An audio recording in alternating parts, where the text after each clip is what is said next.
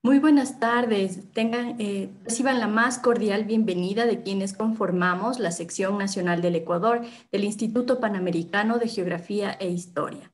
Antes de iniciar, queremos recordarle al público que este webinar es totalmente gratuito. Sin embargo, para quienes se encuentran dentro del territorio ecuatoriano, si desean recibir un certificado digital por su asistencia al taller, este tiene un costo de $3. Para el efecto, ustedes deberán primero colocar su nombre con un saludo al momento de ingresar a la sala virtual. Segundo, realizar una captura de pantalla del taller con su nombre en la pantalla de asistentes. Y finalmente enviar por correo a info@ipgh.gov.es la captura de pantalla y el archivo de la transferencia o depósito que corresponde al certificado de asistencia junto con su nombre completo. Los datos para el depósito o transferencia se encuentran en el chat. Continuando, esta tarde tenemos el agrado de presentarles el webinar Un escudo con 4 siglos de historia en una plazoleta de Quito. El expositor de este interesante tema es el doctor Álvaro Mejía. A continuación, me permitiré dar una breve lectura de su currículum. El doctor Álvaro Mejía es miembro de la Academia Nacional de Historia de Ecuador, de la Academia Ecuatoriana de Historia Eclesiástica, de la Academia Nicaragüense de Ciencias Históricas y Genealógicas. Doctor en Derecho por la Universidad Complutense de Madrid, procurador y docente de la Universidad Andina Simón Bolívar, sede Ecuador. Docente de la Pontificia Universidad Católica del Ecuador. Sin más, por el momento, estimado doctor Álvaro Mejía, le damos la más cordial bienvenida a este espacio de difusión. Adelante, por favor. Muchísimas gracias, estimada María José. Antes de nada, mi saludo atento a las autoridades del Instituto Panamericano de Geografía e Historia, institución de la que me honro formar parte ya desde hace algunos años. También mis saludos a mis amigos que se conectan en esta tarde, especialmente a César, a Marcela, ciertamente a mi querida María Eugenia. Bueno, vamos a hablar en esta tarde un poco de heráldica, un tema poco común, poco frecuente en nuestras latitudes. No son tantas las piedras o maderos labrados con motivos heráldicos de nuestro periodo colonial que han sobrevivido hasta nuestros días. Tampoco lo son los lienzos o pergaminos pintados con estas temáticas. Desde paredes o puertas, los escudos que encontramos en nuestras urbes testimonian silentemente la existencia de una historia tras ellos. Historia que en la generalidad de los casos se encuentra oculta en archivos y libros, siendo por tanto desconocida para el común. He de reconocer que el halo de fatuidad que ha envuelto a la heráldica la ha desvalorizado en el imaginario académico contemporáneo. No obstante, desde hace algunos años he demostrado que escudos y blasones pueden constituir una valiosa fuente de datos históricos en nuestro medio. Datos históricos útiles para llenar vacíos o despejar dudas respecto del pasado. Cada piedra, madera o tela heráldica posee su propia historia, que si bien en ocasiones incumbe únicamente a la familia relacionada con ella, en otras tiene relevancia con el pasado de una urbe, de un grupo de personas o incluso con la sociedad en su conjunto. En esta tarde me daré la tarea de relatar lo concerniente al pasado de un vestigio heráldico específico encontrado en una plazoleta de Quito. Lo haré para rescatar del olvido este emblema y esta será una primera entrega de una serie que pretendo elaborar al respecto, que como decía pretende rescatar del olvido a los emblemas cuyo legado, importante en muchos casos, se ha tornado silente por el paso de los años, el cambio de los usos y las costumbres, pero que ameritan ser redescubiertos por todo lo que podemos aprender de ellos. Y ciertamente, porque todas las historias, sin distinción, favoritismo o discriminación, deben ser preservadas y difundidas. Me referiré entonces al escudo de la casa OE17 de la calle Chile de la ciudad de Quito. En pleno centro histórico de la ciudad, más precisamente en la esquina suroccidental de las calles Chile y Guayaquil, diagonal a la iglesia de San Agustín, se alza una señorial casa de 2 pisos, cuya construcción actual data de finales del siglo XIX y que hoy en día se encuentra destinada a oficinas municipales. En su primera planta, las paredes se encuentran recubiertas de piedra. En la segunda, lucen mampostería, balcones, balaustradas, ventanales, columnas, cornisas y frisos, todo en un estilo arquitectónico de regusto francés. En el lienzo principal del inmueble, que se levanta sobre la calle Guayaquil, se encuentra el portón de ingreso principal a la casa, cuyo marco está elaborado todo en piedra y demuestra una antigüedad superior a la intervención decimonónica del resto de la edificación. En el dintel del marco de piedra de esta casa se encuentra labrado bellamente un escudo. Este blasón es uno de los pocos que se salvaron de la bárbara destrucción de elementos heráldicos que ordenó Bartolomé Salom en Quito cuando se desempeñaba como jefe superior del Departamento del Sur de Colombia en 1824. Me refiero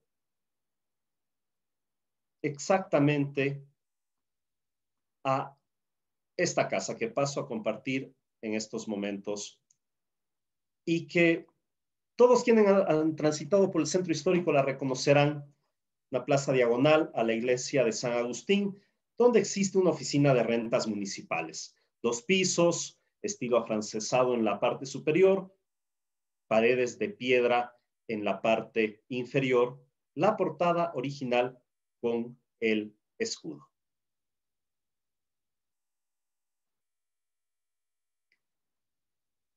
El escudo, en mención, luce fajado presentando 5 particiones. La primera faja está cargada de una estrella en su mitad, la faja 2 y 4 y 6 cargadas con una flor de lis en cada una, las cuales se encuentran ordenadas en banda. La faja 3, 5 y 7 lucen llanas. El escudo no presenta yelmos ni lambrequines ni otros adornos heráldicos. Parece en cualquier caso que reposara, más por coincidencia que como una circunstancia heráldica, sobre unos adornos que a simple vista parecen flores de las que emanan colas de pez. En esto comparto la impresión que tuvo Ernesto Laorden Miracle, la cual ha sido debidamente corregida por Alfonso Ortiz Crespo, quien indica que en realidad este adorno se trata de un pedúnculo y de la corona de una flor vista por atrás. Vamos a hacer entonces ahora un acercamiento a este escudo para que ustedes lo admiren. Este es el escudo de la casa esquinera de la plazoleta de San Agustín. Como ustedes lo verán, tres fajas, cada una con una flor de lis en banda. En la parte del jefe, como se denomina en heráldica, una cruz y sin yelmo, sin lambrequines, y con estos 2 adornos a los lados que, como les decía, parecen flores de la que saliera una cola de pez, pero, y como digo, en su famoso libro Elogio de Quito, Ernesto Laorden lo definió a sí mismo, pero que nuestro querido colega y amigo Alfonso Ortiz Crespo pues nos informa de que no, que es una flor visto desde la parte de atrás. Este es el escudo de esta casa quiteña, cuya historia vamos a relatar en esta tarde. Dado que este escudo es evidentemente colonial, no se corresponde con ninguna de las armas oficiales del reino español, tampoco con una orden eclesiástica alguna, cabe la pregunta, ¿a qué familia pertenece esta heráldica? Esta pregunta se han hecho varios historiadores urbanos, así como los cotidianos transeúntes, sin que hasta ahora haya existido una respuesta definitiva, mas sí un par de conjeturas al respecto. En esta ocasión me voy a referir a Elias y finalmente voy a revelar, nunca mejor dicho este término, a quién pertenece el escudo de la casa OE 3-17 de la calle Chile de Quito. ¿Será acaso este escudo de los Maldonado? Según acabo de señalar, historiadores urbanos han elaborado hipótesis sobre la pertenencia del escudo en estudio a alguno de los linajes que poseyeron o al menos habitaron el inmueble donde se encuentra desde hace siglos contemplando el devenir de la plazoleta de San Agustín este escudo. La primera de las hipótesis, a la cual, dicho sea de paso, me había plegado en su momento, es la correspondencia de este escudo a los Maldonado Sotomayor de Riobamba. Esta familia tiene por tronco en nuestros territorios al general Pedro Atanasio Maldonado Sotomayor y Aramburú, nacido en Arequipa en 1669, hombre del cabildo riobambeño y caballero de Alcántara desde 1673. Pedro Atanasio fue hijo de Pedro Maldonado y Flores de Cabrera, nacido en Lima y bautizado en la parroquia de San Marcelo, también caballero de la Orden de Alcántara, y de Isabel María de Aramburú y Angulo, natural de Chuquisaca.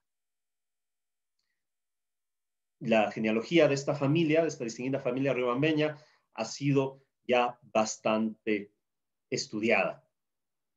En cualquier caso, Pedro Atanasio casó con la dama riobambeña María Isidora Palomino Flores y Villavicencio, hija de Antonio Palomino y Flores de Valdés, alférez real de Riobamba, y de su esposa doña María de Villavicencio y Telio de Rivera.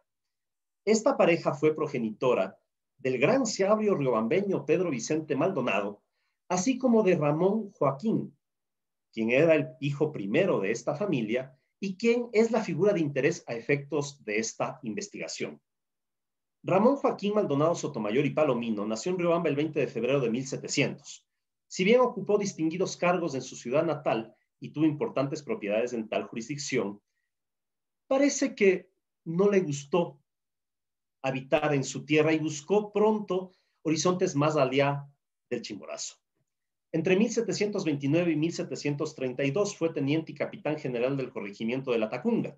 Para 1739 había radicado en Quito, donde ocupó los cargos de regidor perpetuo, alcalde de primer voto, procurador general del Cabildo, entre otros. El 16 de septiembre de 1745 logró del rey Felipe V, primer monarca español de la Casa Borbón, la concesión del marquesado de Lices, previa concesión y supresión del vizcondado de Tilipulo. Recordaré que el famoso obraje cerca de La Tacunga fue propiedad de Ramón Joaquín y de él tomó el nombre para su vizcondado. En 1746 fue nombrado teniente de corregidor de Quito, habiéndose ocupado mucho por mejorar el urbanismo de la ciudad.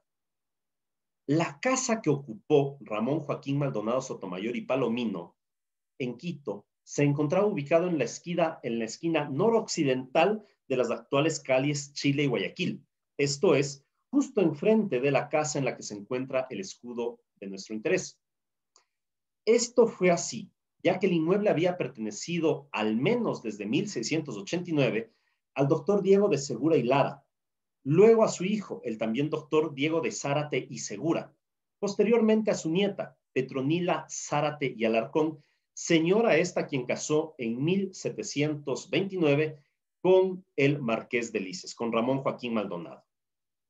La casa estuvo en propiedad de la familia al menos una generación más, con Joaquín Gregorio Maldonado Sotomayor y Zárate II marqués de Lices.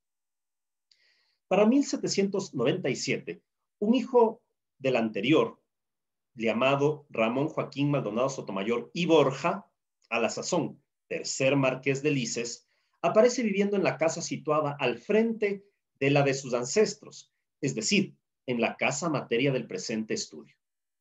Esto, pues había casado con María Teresa Saldumbide y Rubio de Arévalo, hija de Juan Saldumbide y de Josefa Rubio de Arévalo y Mancheno de Ayala, quienes para aquel entonces eran los propietarios de dicha casa.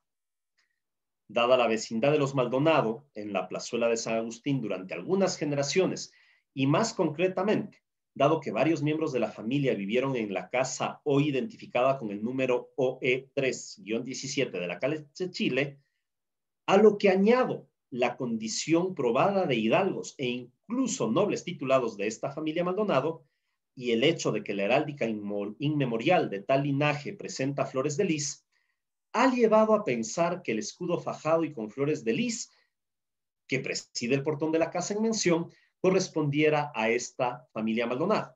Sin embargo, esto no es así. Además de la razón de fondo que presentaré más adelante, se debe reparar en el hecho de que las flores de lis no son una pieza heráldica exclusiva de los Maldonado. En efecto, hay muchos linajes que utilizan tal elemento emblemático en sus escudos, empezando por la familia real Borbón, que luce en campo de azur 3 flores de lis de oro, hasta el linaje de los flores quiteños al que perteneció Santa Mariana de Jesús Paredes y Flores, que luce en campo de azur 5 flores de lis de oro puestas en aspa. Adicionalmente, se debe recordar que el escudo materia del presente análisis muestra únicamente 3 flores de lis puestas en banda, cuando las armas de los Maldonado lucen 5 flores de lis puestas en aspa, todas en campo de gules, siendo evidente la no correspondencia de estos dos blasones.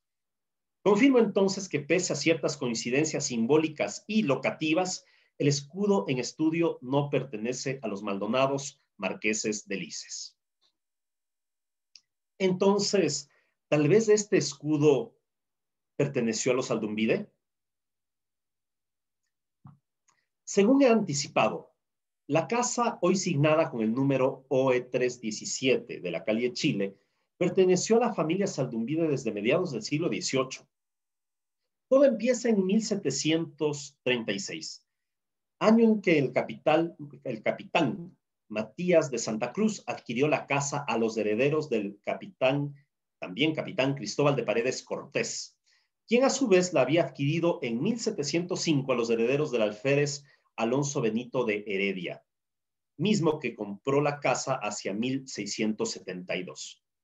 Santa Cruz estaba casada con Teresa Rubia de Arévalo y Mancheno de Ayala, hermana de Josefa Rubio de Arévalo y Mancheno de Ayala, quien estaba casada con Juan Saldumbide. Esta última pareja pasó a vivir a la casa de Santa Cruz en 1747 y la terminó adquiriendo al poco tiempo. Es decir, la casa de los Santa Cruz Rubio de Arévalo pasó a propiedad de su cuñado, de Juan Saldumbide, quien estaba casado con una de las señoras Rubio de Arévalo, hermana del anterior propietario. Juan Saldumbide, y vamos a pronunciar su apellido materno, que este sí es un apellido vasco-vasco, Juan Saldumbide Ibargüengoitia era vizcaíno, nacido en Mujica en 1709, hijo de Pedro Saldumbide y de Josefa Ibargüengoitia, ambos naturales de Mujica, donde se encuentran registros de la familia Saldumbide desde finales del siglo XVII. Juan pasó a América en 1739, fue vecino de Pasto, luego de Ibarra y finalmente de Quito. Hacia 1761 fue gobernador de Jaén de Bracamoros, también fue contador general de las rentas reales y tronco de su linaje en nuestros territorios. Básicamente todos los que hayan heredado por vía sanguínea el apellido Saldumbide descienden de Juan Saldumbide Ibargüengoitia y de esta señora, de doña Josefa Rubio de Arévalo y Mancheno de Ayala. Es así que desde mediados del siglo XVIII y hasta 1955, con 7 generaciones de por medio, la casa de la esquina suroccidental de la plazuela de San Agustín fue propiedad de la familia Saldumbide. Ello explica, junto con la preeminencia socioeconómica de esta familia, que hayan supuesto que el escudo de la entrada de su centenaria casa familiar les correspondía. Puedo citar 2 casos que demuestran la realidad de esta suposición familiar. Primero, en 1890, Jorge Saldumbide Arteta dispuso la reconstrucción total de la casa familiar. Abro comillas, dejando de lo viejo solo la portada con el escudo familiar. Cierro comillas. Esto fue una frase del propio Jorge Saldumbide. Es claro que don Jorge tenía por suyas aquellas armas y por eso las conservó cuando todo lo demás de la casa original fue modificado. Primer dato. Segundo dato. Ya a mediados del siglo XX, don Fabián Saldumbide Rebozedo mandó a elaborar un juego de comedor con sillas en madera y cuero, en cuyos espaldares mandó a repujar las iniciales FZR de Fabián Saldumbí de Rebolledo, y el escudo fajado con las flores de lis, además de los adornos florales, a los que me referí hace unos momentos. Vamos a pasar a presentar estos peculiares sillares. Aquí está el respaldo de estas sillas, de este juego de comedor que fue mandado a elaborar por don Fabián Saldumbí de Rebozedo. Como les decía, sobre el supuesto que el escudo que constaba en la casa familiar correspondía a la familia Saldumbide. Ahí están sus iniciales y allí abajo el escudo, como les decía, incluso con los peculiares adornos florales. Se confirma entonces, pues, que la familia Saldumbide estaba convencido de que aquel escudo les pertenecía. No obstante, esta suposición familiar se encontró también errada, pues el escudo de la antigua casa de los Saldumbides no corresponde a dicha familia. Para explicar esto, iniciaré recordando que el origen de los Saldumbide de Quito está en el pueblo de Mujica, en Vizcaya, en el País Vasco. Traducido de euskera al español, el apellido significa camino del caballero. Existe registrado un escudo para la familia Saldumbide de este apellido, que en los registros de los reyes de armas españoles, que luce en campo azul, un caballero de plata armado con una espada en la mano derecha y una lanza en la mano izquierda, haciendo referencia al nombre, al nombre de la familia, Camino del Caballero. Ignoro si Juan Saldumbide Ibargüengoitia, tronco de la familia, de su familia en nuestros territorios, perteneció al dicho linaje blasonado. Vale decir que en Mujica no existe caserío de Saldumbide ni referencia heráldica a tal familia. Existen datos de otros escudos señalados como pertenecientes a Saldumbide, pero que carecen de fuente documental o bibliográfica respecto de su origen o realidad, además de que luego de haber buscado contrastarlos con las fuentes heráldicas confiables, pues no ha existido éxito. Sin perjuicio de lo cual, y con el ánimo netamente de difusión, me voy a referir a ellos. El primer caso corresponde a un escudo que consta en los apuntes sobre los Saldumbides realizados por don Cristóbal de Gangotén y Gijón, nuestro famoso genealogista de inicios del siglo XX. Tal escudo es descrito de la siguiente manera. En campo de gules, 5 piezas de oro. En los caltones alto, siniestro y bajo, una rosita de oro. Como se ve, estas armas descritas por Gangotena, pero sin poder contrastar su origen, no se corresponden con la de la casa. Tampoco se correspondía este escudo con el caballero, que ese sí posee documentación. El segundo caso corresponde a un escudo curiosamente descrito por Jaime Saldumbide Guarderas, en el siguiente sentido. De oro, 3 rosas de gules puestas en triángulo. 3 rosas, en todo caso, tanto Gangotena como Saldumbide Guarderas identifican a la rosa como un elemento heráldico de la familia, insisto, sin entregar mayor fuente de su origen. Pero nuevamente no se compadece con nada ni se asimila en nada estos escudos con el escudo de la calle, de la casa, pues, de la plazuela de San Agustín. Como señalé, no he logrado encontrar referencia alguna al origen ni realidad de estos 2 últimos escudos a los que me referí, y mucho menos demostración de la pertenencia de tales armas a don Juan Saldumbide Ibargüengoitia. En cualquier caso, el escudo de la casa que él adquirió, que Juan adquirió en la plaza de San Agustín, no corresponde a su familia, pese a lo cual no buscó reemplazarlo, cosa muy extraña en la época. ¿Por qué no buscó reemplazar el escudo de la casa que compró por un escudo propio? ¿Acaso no tenía uno? Queda la pregunta abierta.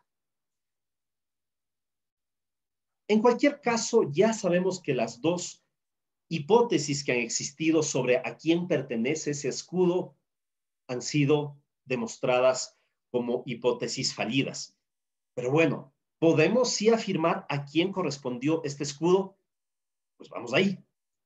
En el libro Casas Calles y Gentes del Centro Histórico, tomo 12º, de Fernando Jurado, se informa que, abro comillas, en 1595, el anciano Pedro Revelo tenía casa esquinera en la plazuela de San Agustín, en donde no podemos decir nada al respecto. Cierro comillas. Esto es un dato que Jurado nos entrega. Había en una esquina de San Agustín una casa que pertenecía a Pedro Revelo. ¿Quién era Pedro Revelo? Pues Pedro Revelo había nacido en la parroquia del Granjal, de la villa de Sernalche, en el Reino de Portugal, muy cercano a Extremadura, muy cercano a la frontera. Nace Pedro Revelo a inicios del siglo XVI. Fue hijo de Simón Revelo y Catalina Amado, nieto de Pedro Revelo y bisnieto de Martín Revelo. Para mediados del siglo XVI, Pedro Revelo, portugués, pasó a Quito como parte de los primeros grupos migratorios una vez consolidada la pacificación de la provincia. Esto es algo que muchas veces no se habla. Ni bien consolidada la fundación de Quito 1534, ya a partir del siguiente año empiezan a venir flujos migratorios europeos, principalmente españoles, sí, pero también portugueses y también flamencos. Tuvimos una población europea diversa desde el inicio de nuestra historia mestiza. Para 1567 ya encontramos a Pedro Revelo del todo establecido en la Nobel Visa. Hacia 1577, Pedro regresa a su natal Portugal. En dicho año estuvo en Lisboa, donde obtuvo certificación de hidalguía y de sublación familiar, luego de realizar informaciones ante la Cancillería de la Corte portuguesa. Pasó luego a España, pues deseaba retornar a Quito de manera legal, plan que concretó en 1579. Tal viaje lo realizó con uno de sus hijos varones, obteniendo para ambos licencia respectiva en la Casa de Contratación de Sevilla el 2 de febrero del citado 1579. En el permiso de la Casa de Contratación se le otorga a Quelio a pesar de ser portugués, porque recuerden que para ese entonces no se permitía en general una migración portuguesa a América, salvo que fuera legal y salvo que la persona que pretendiera pasar podría demostrar que tenía bienes suficientes y un motivo para volver, o más bien dicho, para pasar a América. Recuerden que esta parte de América era española después del Tratado de Tordesillas. Pues bien, para la obtención de dicha licencia de viaje tuvo que probar su limpieza de sangre y para eso se valió de las certificaciones de hidalguía que obtuvo años atrás en Lisboa. Como señalé, en Quito Pedro Revelo, según informa Jurado, tuvo casa en una de las esquinas de la plazuela de San Agustín, sin que hasta ahora se pudiera determinar en cuál de las tres esquinas. Paso pues a dilucidar este misterio. Para ello inicio recordando que Pedro Revelo era hidalgo probado, con escudo familiar certificado. Era de esperarse, pues, que hubiese colocado su escudo a la entrada de su casa, acorde a las costumbres de su época. Ahora bien, ¿cuál era el escudo que Pedro Revelo habría de colocar en su casa? Pues, precisamente gracias a ese afán coleccionista de don Cristóbal de Gangotén y Gijón, tenemos una copia de la certificación de armas de Pedro Revelo, la certificación de armas que Pedro obtuvo en la corte portuguesa para poder pasar a América de manera legal. Y les presento, por primera vez en muchos siglos, al menos en 3 siglos, les presento, en esta difusión amplia me refiero, las armas de Pedro Revelo. Aquí está la certificación de armas de Pedro Revelo. Y es, como ustedes ya habrán visto, el escudo de la casa de los Aldumbide, de la casa de los Maldonado, de la casa de los Santa María, actualmente de la casa de la zona centro del municipio, la casa de la esquina sur occidental de la esquina de la Guayaquil y Chile. Fajado en 3 partes, con 3 flores de lis, y aquí la cruz. Por el tamaño no se la divisa, pero aquí está la cruz. Estas son las armas, la ejecutoria de hidalguía que los archivos portugueses entregaron a Pedro de Revelo. Como ustedes ven, son exactamente las mismas armas. Según se aprecia, el escudo de don Pedro Revelo se corresponde con el de la casa OE 317 de la Casa de Chile. De esta manera es posible señalar que la casa de Pedro Revelo en la plazuela de San Agustín, cuya ubicación exacta hasta ahora era desconocida, se habría encontrado en la esquina suroccidental del actual cruce de las calles Chile y Guayaquil. El escudo fajado y flordelizado ha estado en esa esquina desde hace siglos, recordando silentemente que tal solar perteneció a los Revelos en el siglo XVI y parte del siglo XVII. A más de este ejemplar del escudo de los Revelos, se conserva otro adicional en Quito y se lo encuentra en la piedra sepulcral del regidor Pedro Revelo. Disculpen, del regidor Francisco Revelo, nieto del Pedro Revelo al que me referí y que hoy se encuentra ubicado en la pared norte del patio principal, el claustro principal del convento de Santo Domingo. Y de hecho, esta piedra que ahora paso a presentarles es la que da inicio a esta investigación. Esta es la lápida sepulcral del regidor Pedro Revelo, nieto, disculpen otra vez, del regidor Francisco Revelo, nieto de Pedro Revelo. Como ustedes ven, el escudo es el mismo. Me gustaría hacer zoom, no sé si es que compartiendo la pantalla se puede hacer zoom. Pero bueno, acá está, si es que se logra ver con el zoom, acá está en la parte de arriba la cruz, acá hay una flor de lis, otra flor de lis en el centro que casi se pierde y al final otra flor de lis con las fajas.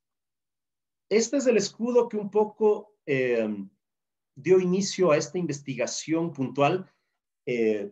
Cuando yo colaboraba con el FONSAL, siempre se había conjeturado a quién pertenecía ese escudo. La hipótesis de Maldonado era la que más se encontraba desarrollada, la hipótesis de Saldumbide también, pero claro, era un elemento heráldico que yo no tenía en la cabeza y que al ver este escudo y al identificarlo como de la familia Revelo, dio pues nacimiento a esta investigación.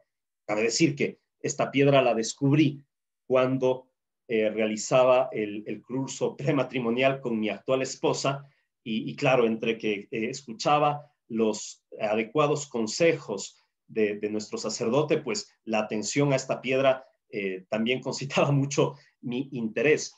Entonces, ese feliz encuentro también motivó a que yo identificase esta piedra heráldica con la de los Revelo, que se encuentra en la esquina suroccidental de las calles Chile y Guayaquil, a lo cual también hubo la buena fortuna de encontrar el documento de Revelo en el archivo de don Cristóbal de Gangotena y Gijón.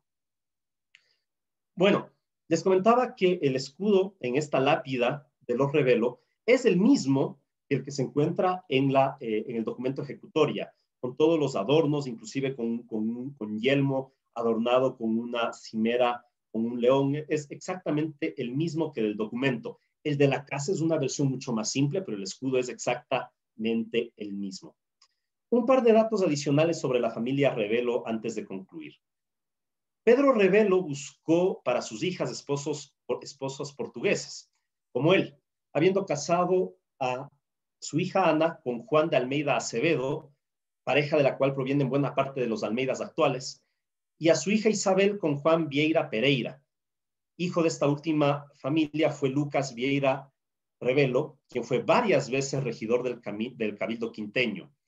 También aparece como miembro de la Santa Hermandad hacia 1676. Varios miembros de la familia Revelo también se destacaron en el ámbito clerical, tales los casos de Fray Juan Francisco Revelo, quien fue párroco de Quimiaj, Cristóbal Mateo Revelo, presbítero y vicario de Santiago de Guayaquil, Va el saludo también a César Febres Cordero, quien está compartiendo esta tarde con nosotros. Juan Revelo Agustino, bachiller y licenciado en Teología por la Universidad San Fulgencio, de la cual también fue profesor, además de haber sido visitador ordinario de la provincia hacia 1655, y Pedro Revelo, prior del convento de San Agustín en Ibarra. Como conclusión diré que el estudio de los revelos me ha llevado a la revisión de una pequeñísima parte de la historia urbana de la capital, apenas de una esquina de Quito, habiendo encontrado que en tal esquina existe una historia de 400 años que relatar. Tan solo me he concentrado en 3 familias, pero al paso he mencionado a unas tantas ligadas con esta centenaria esquina quiteña. Los Maldonado, Sotomayor y los Zaldunvides poseen por sí mismos una relevante historia en nuestro país, con personajes tan encumbrados como Pedro Vicente Maldonado o don Gonzalo Zaldunvide. Habiendo hecho de Quito su domicilio, estas familias han aportado al desarrollo de la urbe. Por citar solo 2 ejemplos, recordaré que don Ramón Joaquín Maldonado fue responsable de la construcción de la primera alameda de la ciudad en 1746, y a Rodrigo Pazares Zaldunvide es uno de los principales gestores del reconocimiento de la ciudad como Patrimonio Cultural de la Humanidad en 1978.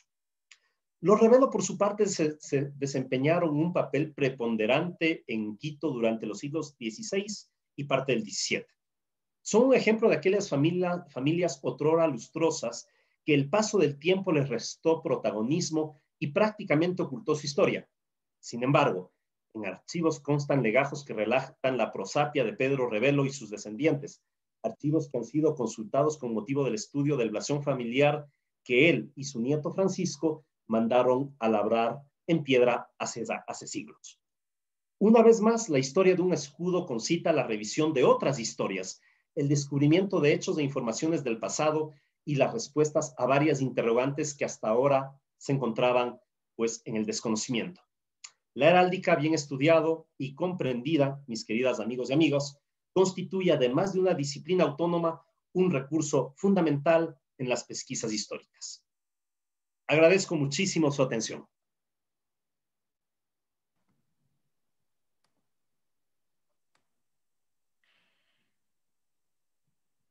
Estimado doctor Mejía, muchísimas gracias por este excelente aporte y esta interesante conferencia que nos ha preparado para el día de hoy sobre el escudo de la familia Revelo. El tema de la emblemática familiar y su relación con el entorno urbano y social se encuentra no solo poco investigada, sino también poco difundida. Por tanto, muchos desconocemos sobre este interesante tema. Invitamos en este momento al público a formular preguntas al expositor. Por favor, sus inquietudes y preguntas, escríbanlas en el chat para que nosotros podamos darle lectura al expositor y puedan ser estas respondidas. De momento tenemos varios saludos para el expositor y felicitaciones por este interesante tema. Para abrir el espacio de preguntas, estimado Álvaro, quisiéramos conocer por parte de la sección nacional si todos los apellidos tienen escudo. Gracias, querida María José. A ver, el escudo no pertenece al apellido. El escudo pertenece a un linaje.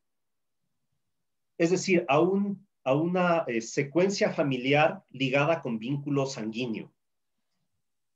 Por ejemplo, al Ecuador, de la familia Zaldunvide solamente hay un tronco, Juan Zaldunvide y Barbuengoitia.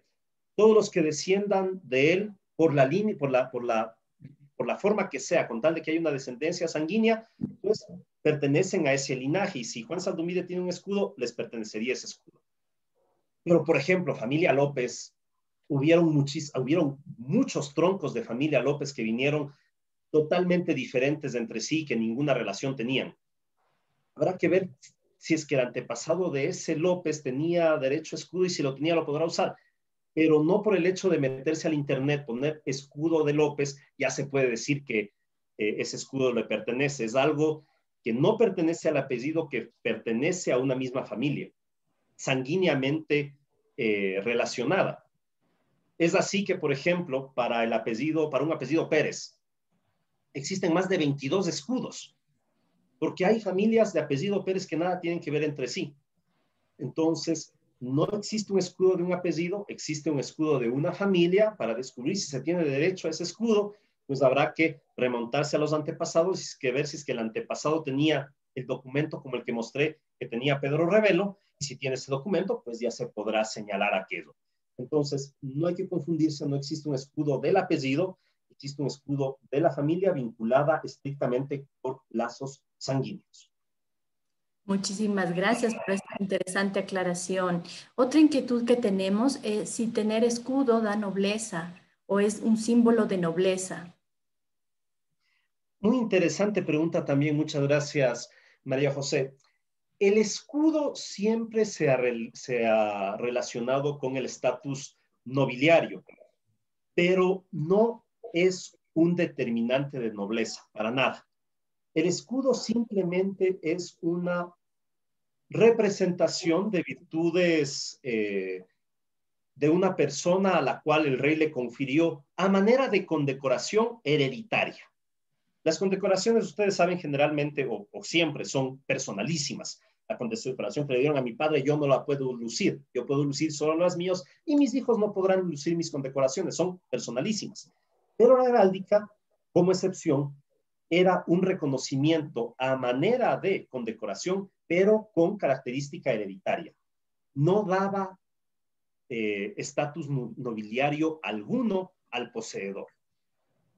Varios de los fundadores y primeros pobladores de Quito, y esto recuerdo, y en esto recordaré a mi libro Hombres del 16, sobre donde trato este tema, y dicho sea de paso, Hombres del 16, que fue una edición del IPGH, vale la pena señalar, un libro que pues ha sido muy exitoso, totalmente ya agotado, y que como digo, conté con el apoyo del IPGH.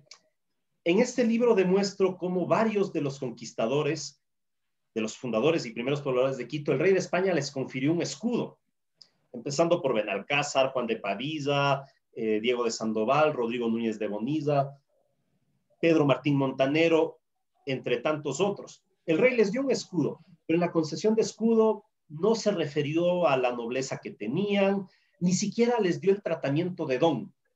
En la época de la colonia, el tratamiento de don era el primer tratamiento de una distinción social que se le podía dar a alguien. La gente firmaba sin el don, y si es que a alguien se le trataba de don, era que era alguien preeminente. El rey ni siquiera a estas personas, a estos conquistadores a quienes le entregó escudo, les trataba de don. Es decir, nada tenía que ver la nobleza con el escudo. El escudo, insisto, en esa época es una especie de condecoración que se entrega con ámbito hereditario, pero no determina nobleza, para nada. El primer peldaño de la nobleza es pertenecer a un orden de caballería. Y ojo, se puede ser caballero sin tener escudo y se puede tener escudo sin ser caballero.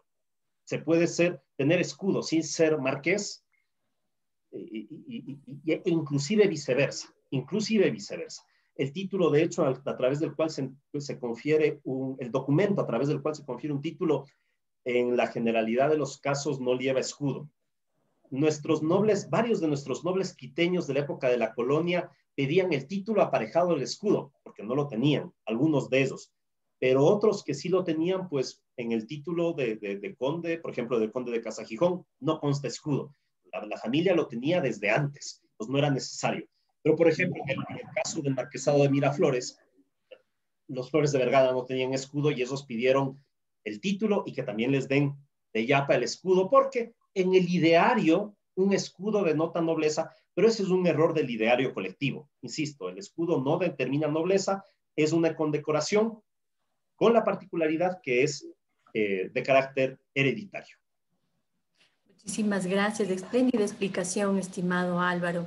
Kevin Freire tiene una consulta y le dice: buenas tardes, le saluda el abogado Kevin Freire. Quisiera conocer en qué estado se encuentra el escudo y cuál sería el papel del municipio para mantenerlo o restaurarlo. Gracias, mi querido Kevin, un distinguido colega y exalumno a quien saludo fervientemente. Bueno, el escudo de la casa que se encuentra en la esquina de la Guayaquil y Chile, está en muy buenas condiciones. Es una pieza fabulosa, es una pieza que tiene 400 años, más de 4 siglos, y está en un estado de conservación fabuloso. Es un ejemplo particular realmente.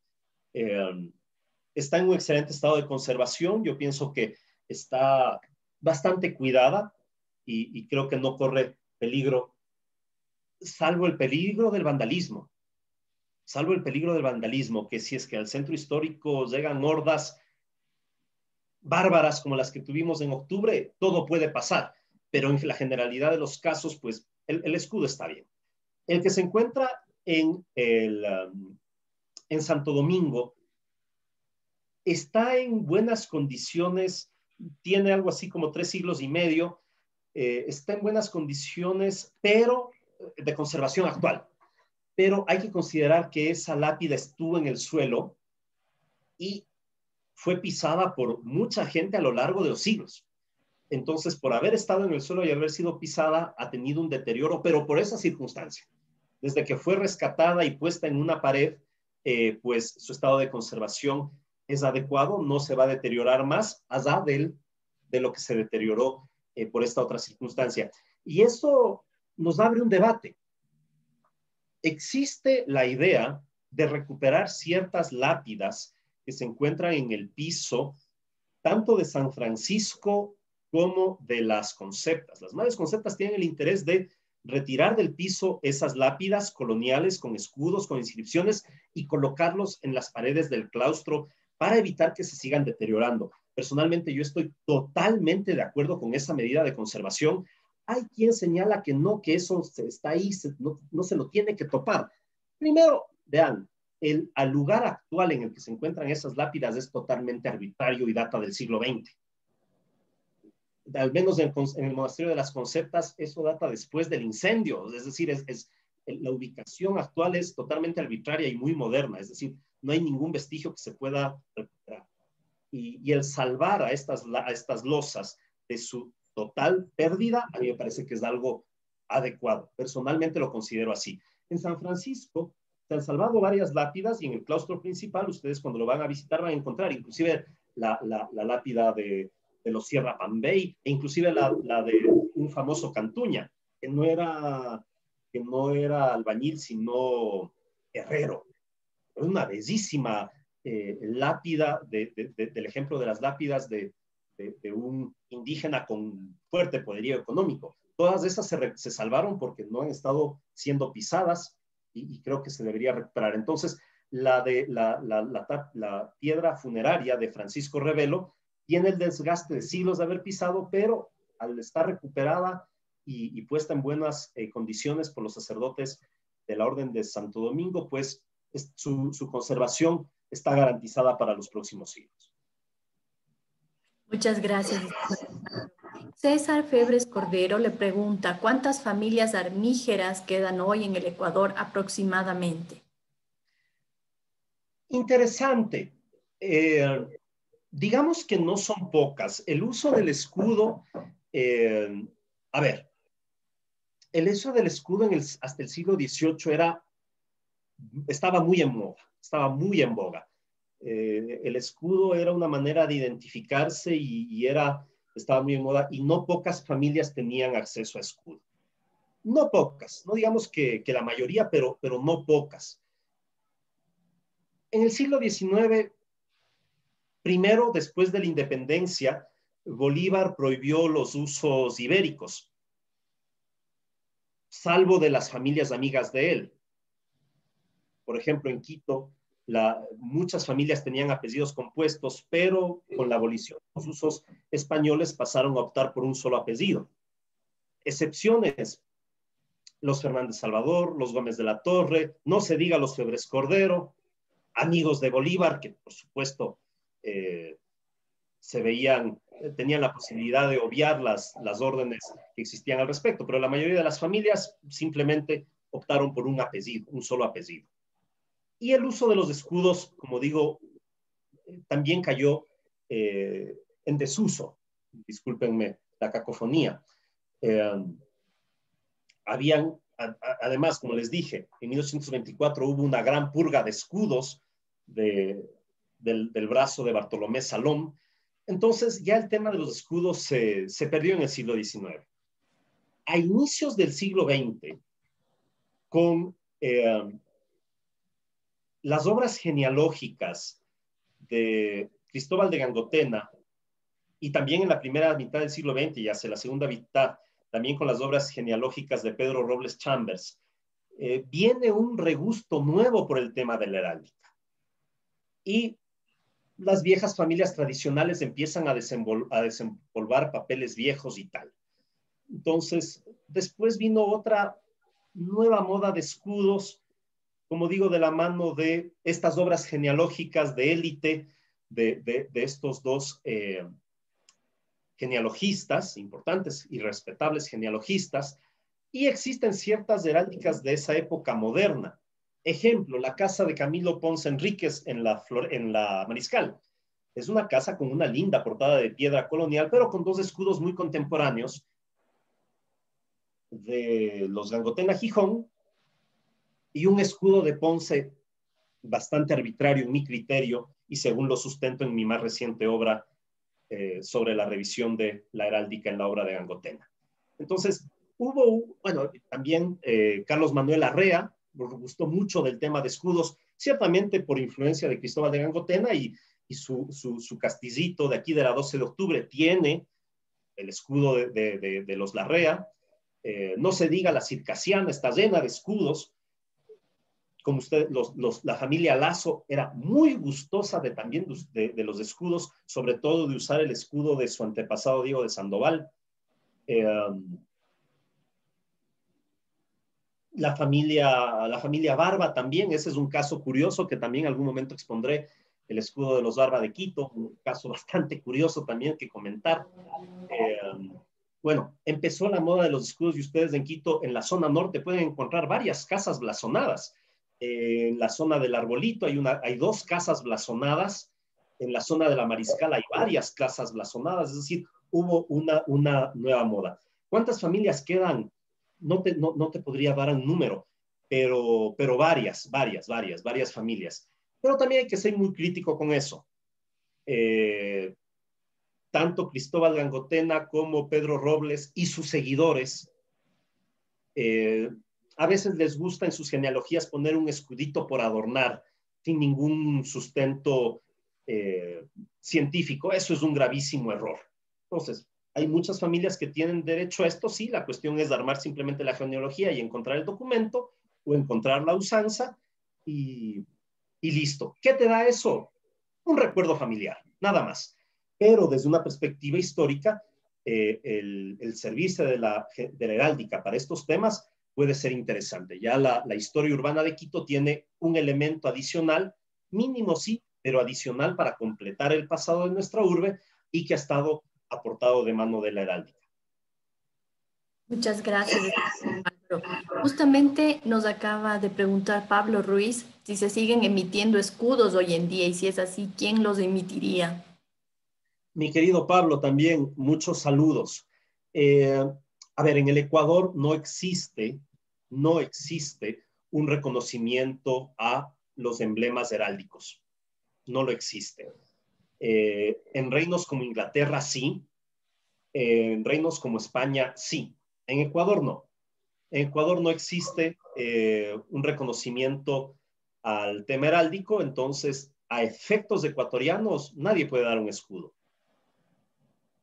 Si es que fuéramos ingleses o al menos parte de la Commonwealth, se podría solicitar al rey de armas inglés que te conceda un escudo, pero ojo, en Inglaterra en Gran Bretaña en general, tienen la película clarísima. El escudo esos lo tienen como un logotipo familiar y nada más. Obtener un escudo en Inglaterra casi que es como obtener una marca, como obtener un logotipo. Uno va al colegio de armas que queda en Londres. Si es que tiene el expediente familiar, puede pedir que se lo revalide y si no, puede ir con un escudo. Y se dan escudos muy modernos, incluso con diseños muy modernos.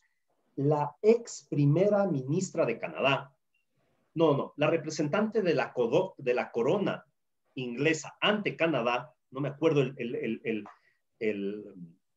el cargo que tiene. Primer ministro no es porque es Trudeau, gobernadora o algo así, pero bueno, el representante de la corona inglesa en Canadá era una señora que había sido astronauta. Pues cuando se le declaró representante de la corona ante Canadá, ella pidió un escudo de armas y en su escudo estaba un casco de astronauta. Es decir, en Inglaterra, en Gran Bretaña, esto es algo que, en la Commonwealth en general, esto es algo que sigue muy en boga y que se actualiza. En España, el último rey de armas falleció en los años 70 y desde ahí el rey Juan Carlos ni el rey Felipe han nombrado un nuevo rey de armas. Existe un rey de armas de Castilla y León, que realmente sería un rey de armas civil.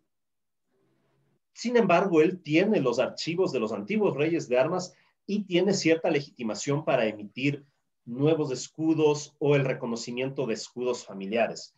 El marqués de la Floresta, vizconde de Ayala. Él es el actual rey de armas de Castilla y León, como digo, que es un cargo más civil, pero es reconocido comúnmente para aquello. Entonces, si ustedes desearían alguna certificación, podría irse para allá, pero sería, como digo, algo netamente con un ámbito familiar, como un registro familiar, como mandar a pintar el retrato de un abuelo. Tendría ese valor que es netamente íntimo, netamente familiar, y a efectos ecuatorianos, pues tiene eso, el mismo valor que la pintura de un abuelo. Es un tema familiar.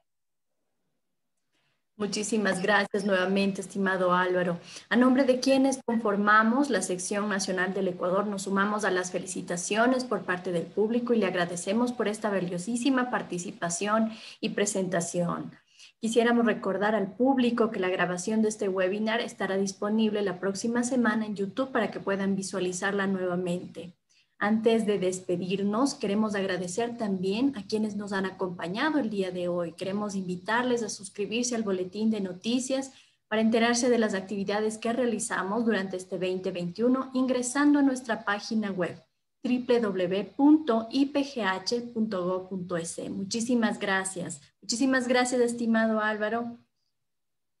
Muchísimas gracias nuevamente. Mi agradecimiento a quienes nos han acompañado esta tarde, en especial a los colegas, miembros y autoridades del IPGH. Muchísimas gracias. Vamos a pedirles a todos los asistentes que nos acompañan el día de hoy que por favor enciendan sus cámaras. Vamos a hacer una captura de pantalla de quienes han participado el día de hoy para tener como recuerdo. Agradecemos a todos y cada uno de ustedes que por favor enciendan sus cámaras. Muchas gracias. En unos segundos vamos a hacer la captura de pantalla. Muy bien, mientras todos continúan encendiendo sus cámaras. Muchísimas gracias, eso es. Muy amables. Procedemos a hacer la captura de pantalla en este momento. Muchísimas gracias por acompañarnos esta tarde de hoy. Les invitamos a que nos sigan a través de nuestra página web. Muchas gracias. Hasta luego. Excelente tarde. Muchas gracias, estimado Álvaro. Muchas gracias a todos.